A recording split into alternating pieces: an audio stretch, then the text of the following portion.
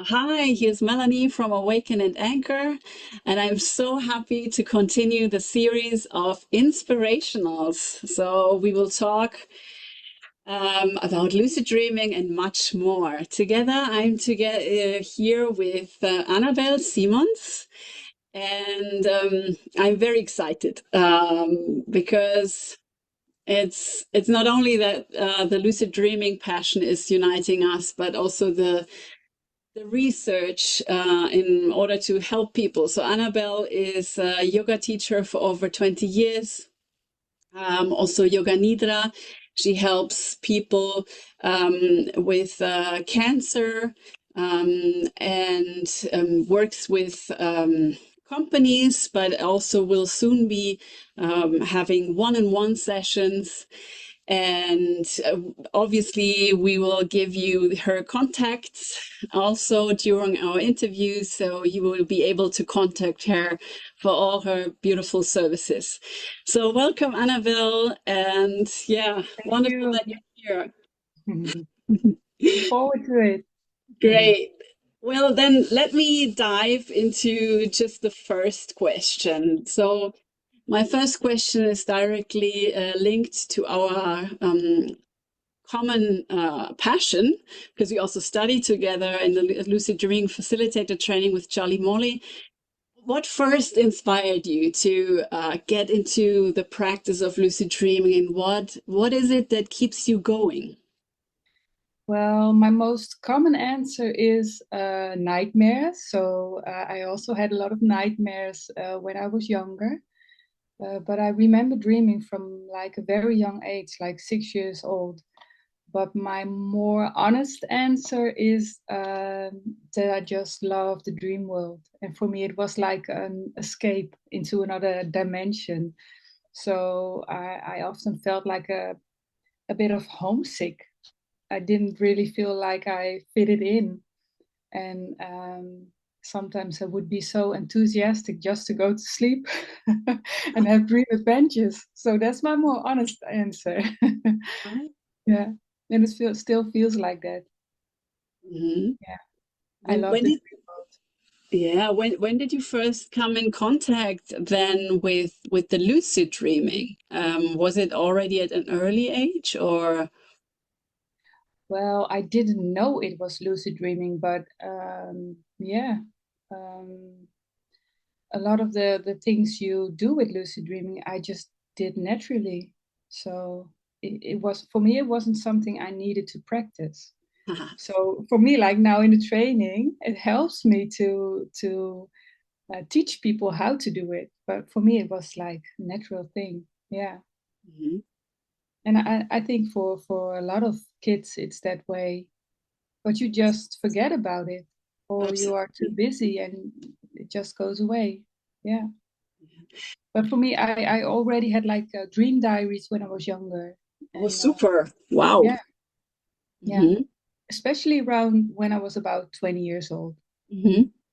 I would remember a lot of dreams and write them down. Yeah. Well, that's wonderful. And did you keep on going with that? So the practice of keeping a dream diary, is that did you continue? Yeah. Oh, But wow. I think I stopped when I have three children. So when I became a mother, it became more busy, my life. So then I think it just gradually stopped until I saw Charlie and he talked about it again. And yeah, then I kept my journals again. Yeah. Yeah. Well, that's wonderful. Wow. Um, But I did a little too much deep cleaning a few years ago with the Marie Kondo hype. And then I unfortunately lost my early journals. So, oh, but I just think, well, maybe it's new energy, right? absolutely, absolutely, Yeah. absolutely. Yeah, I totally agree. I actually didn't remember to mention that you are also about to do dream circles. I think that's such Yeah. an interesting thing. And so valuable to get into the not only practices like lucid dreaming, but actually to get in touch with our dreamer. Did you have some experiences with sharing dreams? Yeah, I had a really beautiful experience with one of our trainers, Flo Davy. It was actually one of the first times experienced like that. So that you share a dream, but you consciously enter the dream with other people, like in like sort of meditation. So you don't really go to sleep, but you go into some a sort of meditation, and then you have like similar images coming up. Wow. It's so beautiful to connect in that way. I really think that is something that's missing, the the connection between people that way. Yeah, I really felt like, oh, I want to do this every week. Yeah, yeah, yeah. And I think for many for many feelings we can have of being detached or isolated sometimes today, it would help very much to connect on this kind of level. It's an imaginary level, no? There is so much going on with symbols and uh, that can be connected to deeper emotions also. I mean, it's lovely to Yeah, and connect that also way.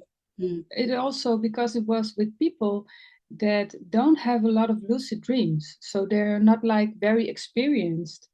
But also for them, it was very easy to enter. Hmm. So I thought that is very beautiful to experience that way. You don't need to have a very experienced lucid dreaming um, to do it that way and to feel that connection.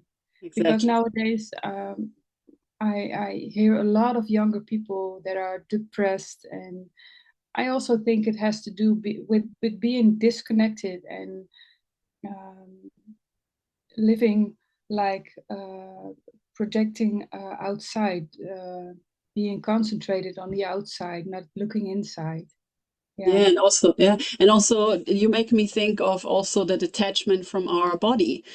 yeah, So I think it yeah, was, yeah, you mentioned in our earlier conversation that especially with people having to, um, let's say, going through an illness like cancer, that it's really important to get in touch with the body. Um, in fact, the interesting thing of why I named this awaken and anchor is the anchoring in the body. So, do you mind to shortly touch on the theme of what fear can do and how we can bring us back into our body? yeah. So I experienced this in my yoga lessons, but you can imagine that when you are scared, um, it's safe to go outside the body, especially with abuse or maybe sickness. Um, and what I experience with the people who have cancer or who have had cancer um, don't trust their body anymore. Mm. So it's safer to be outside. And what I learned from these people is that it's very hard to find a way back into the body. So they feel like disconnected and disconnected to their own body, but also disconnected with the people around them. Um, so the practice that I do with yoga and breathing helps them to come back. And yeah, I get a lot of lovely messages from people saying, "Oh, I finally feel connected with myself again." Wow. Just by and it reduces their fear because like uh, they pain in their body it changes or it disappears and it doesn't constantly remind them of their sickness. So that Mhm. helps to calm down the mind and feel more safe into their body. Mm. So that's especially with practices like yoga nidra, NSDR, but also breathing, Mm. knowing how to breathe. A lot of people breathe like very high, very Yeah, shallow. fast. Yeah. Yeah, Mm. very shallow. Yeah. So that doesn't help to like anchor your energy. Yeah. And the Mm. grounding, I think grounding is very important for becoming conscious but also to evolve spiritually. Mm. Yeah, I think you cannot expand your consciousness if you're not grounded enough. So exactly. for me, yoga is especially about grounding, Yeah. Funny about thing. Yeah. somewhere up here. Yeah. The funny thing is, know that one of the first things that happen often with those who experience lucid dreaming again, maybe they did in childhood, but then again as adults, that it's a split second because we're not yet grounded into that Mm, state, and once we ground, so once we do maybe even the breathing within the dream, then we can experience a longer lucidity, So that's so interesting, that this yeah, connection, right, of grounding and expansion. yeah. Yeah. I can see how it's really connected to breath and Hmm. deep breath and like chi, and Yep. that is also connected with lucidity. Hmm. Hmm. Yeah, Maybe beautiful. even the lucidity during our waking life, right? Yes, yes, Yeah, of the course. more, Yeah. yeah, we get even, I notice, when I'm agitated, I will not have a very clear view. But if I get grounded again and I breathe deeply, even my eyes, I can see more clearly. Mm, Like even yes. like a lucid seeing, the eyes become lucid somehow. Yeah. Yeah. Yeah, you But become aware. yeah, exactly. Yeah. Exactly. Yeah. Um, but let me ask you now the question. So, would you be so kind and share maybe one impactful dream, lucid dream that you had, or even a part of it? Yeah, well, I had so many because you asked me before, and some are very personal and very beautiful. But I think one that's very helpful is not necessarily a dream. It was like experience in like the hypnagogic state. Mm. But it was very helpful because I was in the middle of the night. I woke up because of the sound of frogs, and they were in the pond near my bedroom, Hmm. so outside. And I thought, oh well, now I can't sleep anymore, and I was very tired. And then something shifted in my consciousness, and I thought, oh wow, this is actually very beautiful to exercise meditation.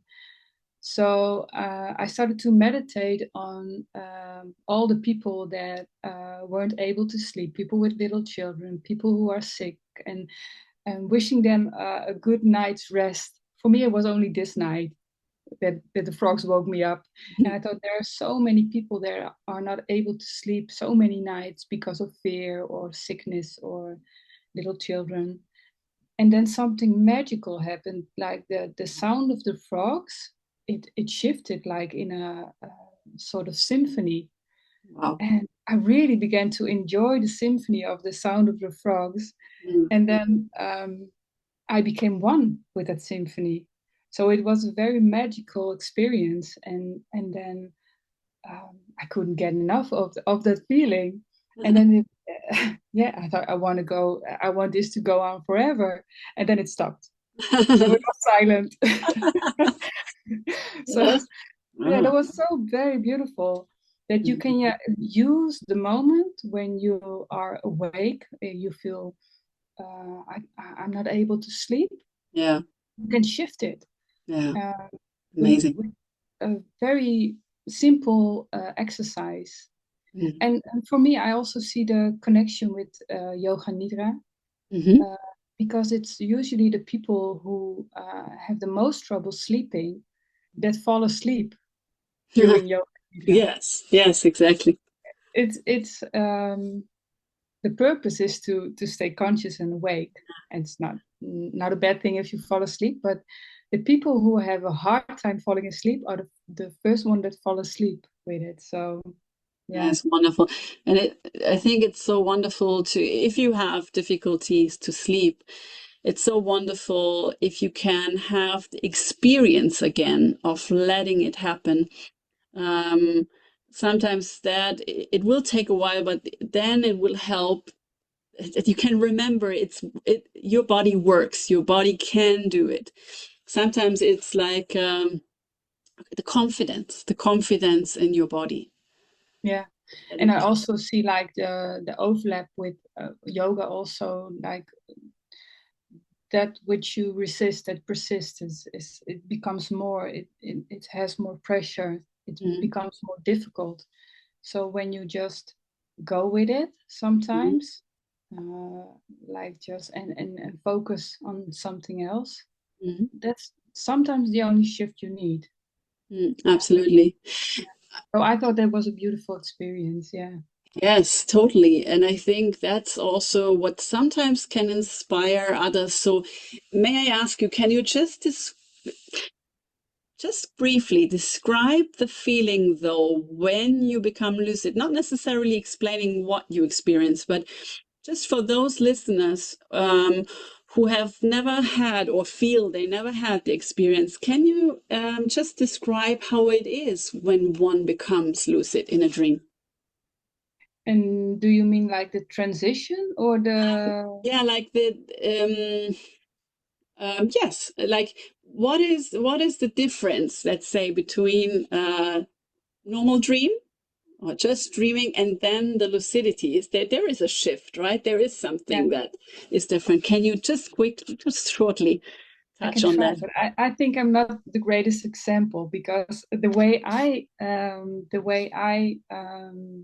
get aware that Huh? I'm dreaming and that I'm lucid is usually because I'm aware I'm not I don't have to breathe. Yeah. Wow. So for me, that's like a strong signal. Mhm. And I'm very like high sensitive, so like I feel my clothes all day long. Uh-huh. But when I get lucid, I don't feel my clothes. So that Yes. for me, that are the signs that help me Yes. to become aware in the Uh-huh. dream. Yeah. And well, I love like things like playing with time. So going back or going to the future or just yeah. If I need something, I just think about it and it pops up. So yeah, that's why I Uh, love that word. Yeah, that's why I say, those who might be inspired by our talk. I mean, these are also these small things, right? That are saying, wow, I mean, let's try it, no? Let's yeah, just see yeah, to spark the enthusiasm to yeah, try and to know it's possible. Most yeah, people, just to know that it's possible, just immediately yeah. get loose the same night. That's so wonderful because it's natural. It's not And a, and I hear a lot of people that have like the normal daily dreams. So they're walking in their own street or going to their job. So for me, it's a little bit different, but yeah, I can imagine it's a more different, more difficult if you dream like the normal stuff. Mhm, So for me, it's usually like the mystical beings and other dimensions and mhm, things like mhm. that. So but for me, it's very helpful to learn how other people dream and that you can like Yes. spot the dream signs, right? Absolutely, Yeah, exactly. Everybody has their own way and their own needs also, right? yeah, I mean, yeah, and that's the beauty. Then we yeah, can share and maybe integrate each other. yeah, yeah, Yeah, in fact, one of my questions is also, if you like, how do you think lucid dreaming can help us integrate parts of ourselves?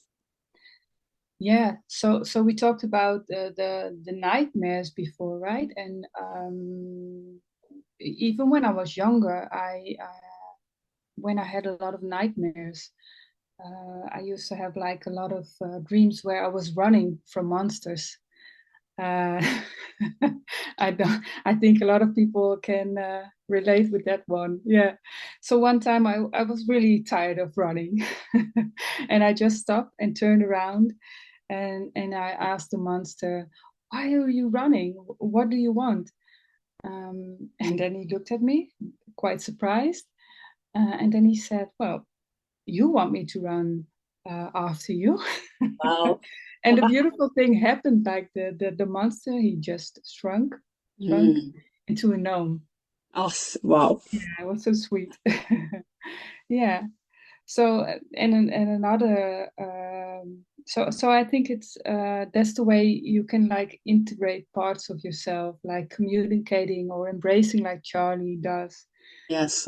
Um, but what I notice, I don't really hug a lot of monsters, but for me, for example, I had a dream of a demon entering my home Mm. a few months ago, and so she slipped in through a crack in my house, and instead of getting scared, I thought, oh, I'm gonna walk exactly like she does. I'm gonna copy her. And then I did that. I made the same movements and the same expression, and she just looked at me, but quite surprised. What a weird woman she was. And I walked after her, and then she disappeared. Yeah. So things like that, I love that. Oh, I mean, can you? The thing is, yeah, I totally relate. As you already know, I am here a lot because of my nightmares, and just imagine. I mean, this playful that you know that you can even be playful in your nightmares. I mean, what better medicine? It's like, oh, Yeah, yeah, even to hear that now from you again is such a relief. yeah. I mean, yeah, Yeah, and some people in my life, they say like, you're the bravest person I know, but I I think that also has to do with just integrating so much fear, so many yeah, fears, just playing with it, just like you say. Yeah, exactly. Yeah. yeah, Yeah, courage comes from overcoming also a fear, yeah, right? Yeah, yeah, exactly. Yeah. Um, so there is one big question that I love, and I also want to ask it to you. So, how do you see the potential of lucid dreaming for the evolution of mankind? It's a yeah. huge Beautiful one, but I love question. it. Yeah, Yeah, what do you yeah. think?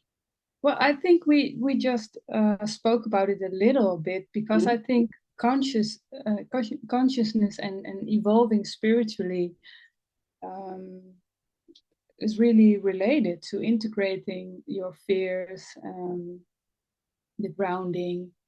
Yeah, and I think that um, it's important people to connect with themselves and to connect with each other. Um, Yes. but the main thing is first to connect with yourself, Mm. and I think that's what's so helpful about dreaming and lucid dreaming, being Yeah, aware of um, what's inside of you, what absolutely. thoughts. Yeah, yeah. Yeah. And I also thought about for dreams used to be like, I thought dreams were like a reflection of what happened during the day. But the last few years, I really learned like more like in the Toltec way. They see dreams like the seeds you plant Mm. that influence your life. So they see it like the other way around, right? Mm. Yeah. And I experienced that before. Like you do something in a dream and then you see the effect in your daily life. For example, when you have like an argument with someone, and you resolve it in the dream, and it only takes a few days and then the argument is solved. And I have many examples of that, but yeah, I think that's very important. Yeah, Yeah. The so that's the evolution interconnect. I see. Yeah, Yeah, I'm so inspired by what you say, and I personally also experience it more and more, the interconnectedness between the dream world and the waking, and both influencing each other. I think it's much more fluid than that we might think. yeah. Yeah, And I also think maybe it's not even an evolution, maybe it's more like remembering, because indigenous tribes already used this absolutely. for Yes, so yes. long. Yeah, it's Yeah, something we forgot, but I really feel that it will emerge again more and more. yeah. Yeah, I And hope again, it will become like a daily thing, weekly thing. absolutely. Uh, People will do more and more. Yeah, Just because you said now the ancient tribes, again, they also were so embodied, right? So Yeah. not this, all the screen stuff, the, you know, how we get disembodied. There are so many ways today to get disembodied. Yeah. And that's again the thing, right? That all these embodied also rituals and that's why they were so connected also with themselves. Yeah.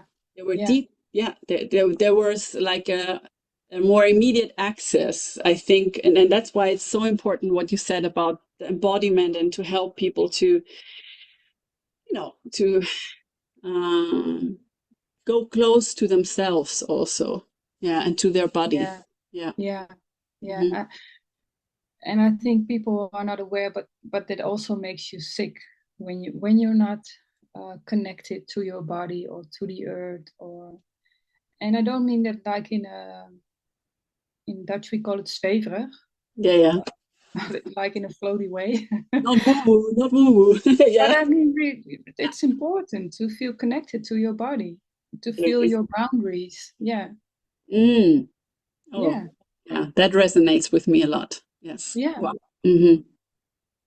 So, Wow. so there's a interplay between feeling your boundaries, but also feeling connected. Just being like open, Hmm. always very open. That's not healthy. Also, Hmm. Sure.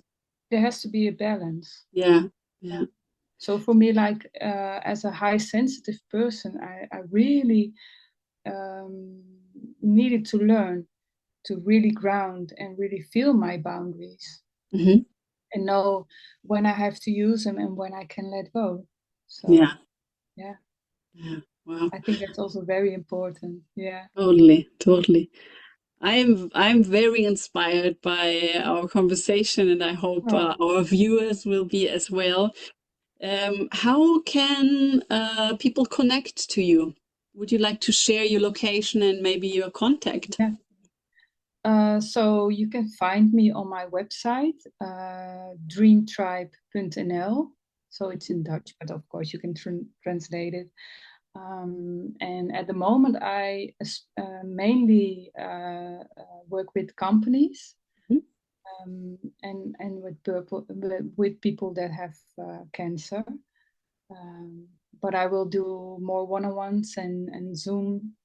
So yeah, Yeah, and who you're knows? welcome. Maybe we will create a dream circle together. Yes, love Who that. knows? Yes, Yeah.